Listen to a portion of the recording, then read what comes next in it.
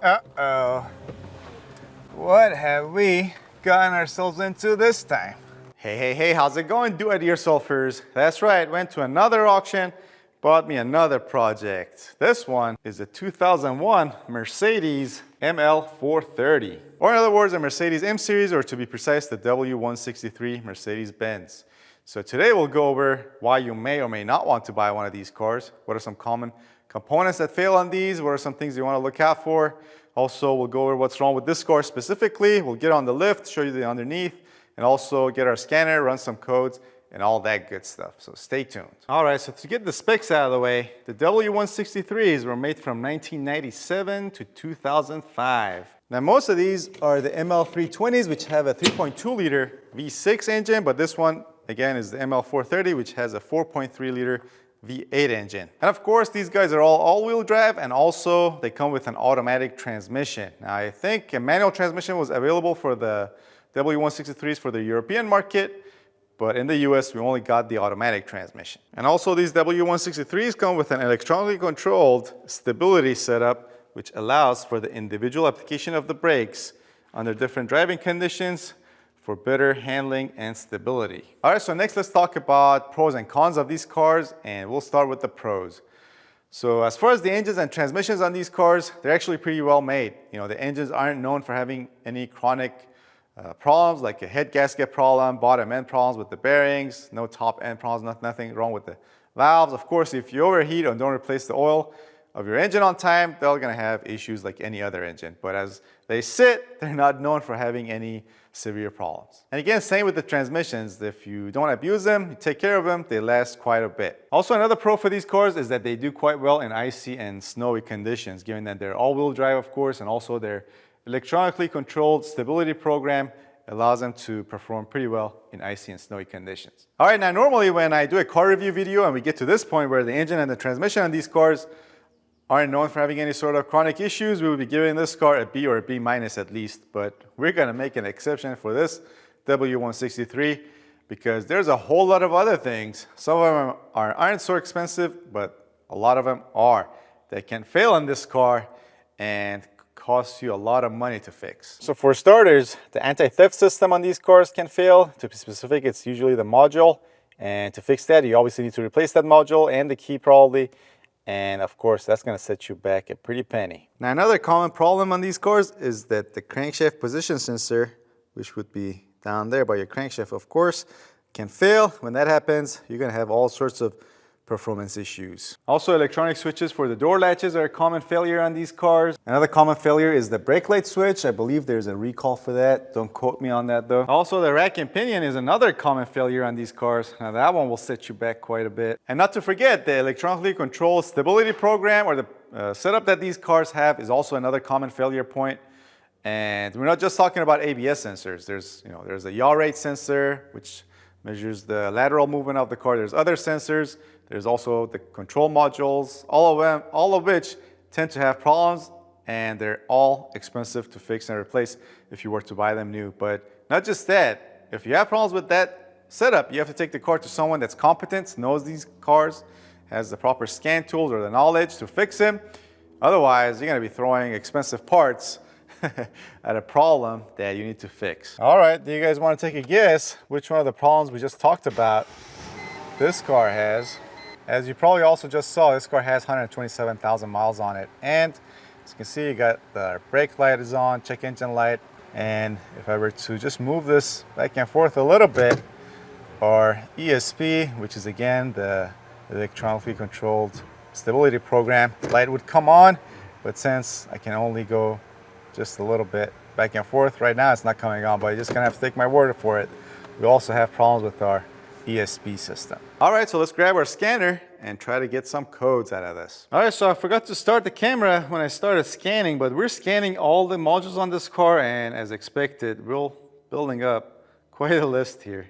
But we'll wait for this to finish and go over the code. All right, so good to know. Electronic transmission control module has no codes, and then pretty much actually all the modules have some codes in them, but we're gonna concentrate on the more important ones. All right, so first we'll go get the codes for our ECM.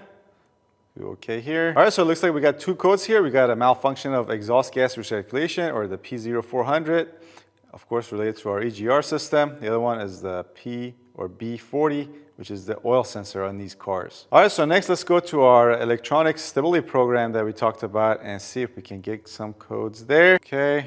All right, so we got a brake fluid indicator switch, component N49 steering angle sensor. We got a B24 ESP lateral acceleration sensor, N47. That's the control unit itself.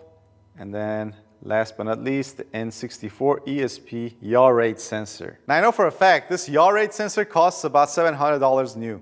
And also the ESP lateral acceleration sensor is also pretty pricey. I don't remember the exact price for that one. And both of these, if I remember correctly, live right underneath the center console. And the steering angle sensor, if I remember correctly, lives somewhere underneath the steering column right down there. Now all these codes don't mean you have problems with all those sensors. One of them could be bad and throwing everything off, and then the control module is throwing all these codes for all the different sensors. And that's where we get to why you may need to take this car, not may, you have to take this car to someone that knows these cars, has the proper equipment and the knowledge that can diagnose it correctly so you can replace the right part. Otherwise, you take someone that doesn't know these cars, they might just be throwing parts at this problem, hoping it will go away. And each part, again, is pretty pricey, so that's something you definitely don't want to do. All right, so we're not going to bother getting all the codes for all the different modules. I think you guys get the idea, but now we're going to throw this on the lift, raise it up, and take a look underneath as well. All right, so let's go underneath and take a look-see. And I have to say, I did take a glance before I grabbed the camera, and it doesn't look too bad. There's some oil on this rack and pinion. Actually, I don't know if it's coming from the rack and pinion or something else. Oh, it actually is. But if you look closely, it's actually it looks like it's coming from one of the lines maybe. Maybe it's not the rack and pinion itself. But anyway, it doesn't seem to be super bad. I did have this car parked for a few days. I did not see too much oil underneath, but we'll check our power steering fluid. So here's a look at on this left front side. Things look to be okay. That upper ball joint, let me see. Nope, it's not torn. It's okay. Same thing on this right front side. It also seems to be, everything seems to be in good condition. There's some oily residue around this bell housing on the transmission where it meets the engine. But again, nothing severe, nothing that you wouldn't expect to see on a car this age. Moving on further back, again, nothing out of the ordinary. Everything seems to be in good condition, in good order. Here's a look at the right rear side. And here's a look at the left rear side. Nothing is popping out at me right now, so that's good. And here's a look from a different angle. We're from the rear of the car looking in. Here's a rear differential. No leaks that I can see right now. So yeah, surprisingly, mechanically speaking, as far as leaks go at least, this car seems to be in decent shape. It does only have 127,000 miles, which is not a lot for a car that's about 22 years. And everything seems to be pretty dry, even further up towards the valve covers and whatnot. I don't see, from this angle, looking up, I don't see anything leaking, no oil leaks, nothing seeping up there. So that's pretty good. And here's a look at the front of the engine for what it's worth. No leaks that I can see from here either. So basically, looks like all we have is a leak at our rack and pinion, and that leak looks to be coming from one of the lines, not the seals at the end of the rack and pinion that would usually lead you to have to replace your rack and pinion. So that's not bad at all. All right, so as you just saw, the underneath of this car looks pretty decent, minus that little oil leak from the power steering. The exterior of this car can look better. Of course, there's that packaging tape fix of this trim piece underneath this left headlight. There's also a dent on this front passenger door that you may or may not be able to see. It's not super bad. I'm sure we can pull it out and make it look better than this. It also has 4 decent tires on it, so that's good. So yeah, when I first bought this car, and again, I bought it sight unseen or without inspecting it. There were some pictures, I could see the dents and whatnot, but I couldn't inspect it in person. Definitely had no idea what condition it was under mechanically. But now looking at it closely, inspecting it, I think it's worth fixing, given especially that it has relatively low miles at 127,000 miles. The body, it's not in super great shape, but it's not too bad either. But again, it's pretty clean underneath, doesn't have much wrong with it mechanically speaking. Underneath, it's just those codes, especially in the ESP codes. Those are the ones that can cost a lot of money to fix. But maybe if you can find the right used parts, those will be fairly cheap as well, as long as we get to properly diagnose it. So yeah, let me know in the comment section, what do you guys think? Is this worth fixing? Should I just cut my losses, just sell it to someone that can, and take a loss, or part it out, try to recuperate my money and whatnot? Yeah, let me know what you would do in my position, besides not buy one of these in the first place.